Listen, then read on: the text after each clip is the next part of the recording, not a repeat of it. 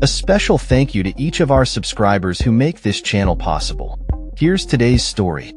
In a stunning political development, the Nationals have officially severed ties with the Liberal Party, marking the end of a coalition that has been in place since the 1980s. This decision, described by Nationals leader David Littleproud as made on a principle basis, comes in the wake of failed negotiations with Liberal leader Susan Ley over critical issues such as nuclear policy, divestiture powers, a proposed regional Australia Future Fund, and the enhancement of mobile phone coverage in rural areas.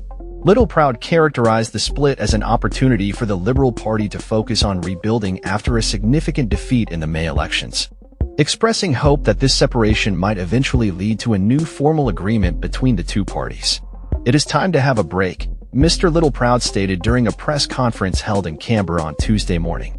He emphasized that the decision was made following respectful conversation with Ms. Ley, highlighting the importance of allowing the Liberal Party the space it needs to redefine its direction without the influence of the National Party.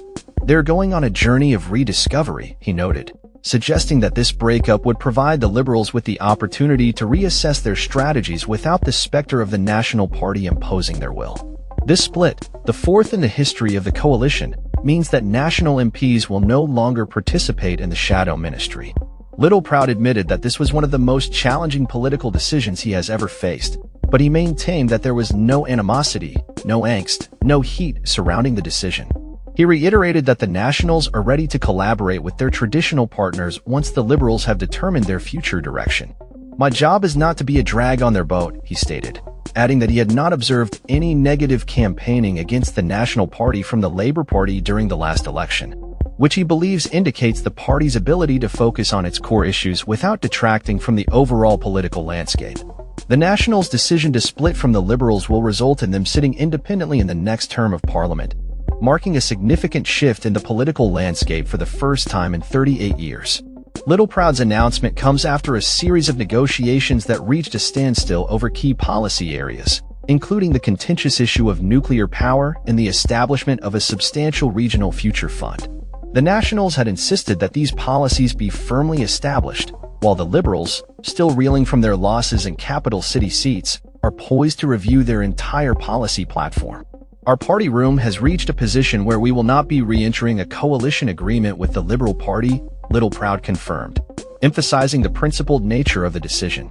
Deputy Nationals leader Kevin Hogan likened the split to a couple who have parted ways but remain hopeful for a future reconciliation. "Very often, you get back together with clearer clarity and focus on what the relationship was about," he reflected, stressing the importance of a strong coalition for the benefit of the country. Littleproud assured that he and Ley would continue to meet regularly, with the intention of potentially reuniting the parties before the next election. "We will be trying to get back together to present a cohesive alternative to the Australian people against Anthony Albanese," he stated. Following this split, the Liberal Party will be left with 28 seats in the lower house, while the Nationals will hold 15. Labour is expected to command a significant majority with around 94 lower house MPs. The Nationals performed relatively well in the recent federal elections, retaining all their seats except for Calera, which was taken by independent Andrew G., who transitioned to the crossbench. In stark contrast, the Liberal Party suffered a catastrophic defeat, losing over a dozen seats, and now holds only 10 electorates in metropolitan areas. This has sparked a crisis within the Liberal Party regarding its future direction and purpose. The split means that National MPs, as the junior party, will forfeit certain benefits associated with shadow ministry positions, including higher salaries. "This was not about the number of positions we might receive. This was about the principles," Littleproud asserted. The last significant split in the coalition occurred in 1987, primarily due to the actions of then Queensland National Party Premier Job Peterson, who initiated a Joe for PM campaign, leading to a formal division between the parties before a subsequent reformation after Labour's election victory later that year.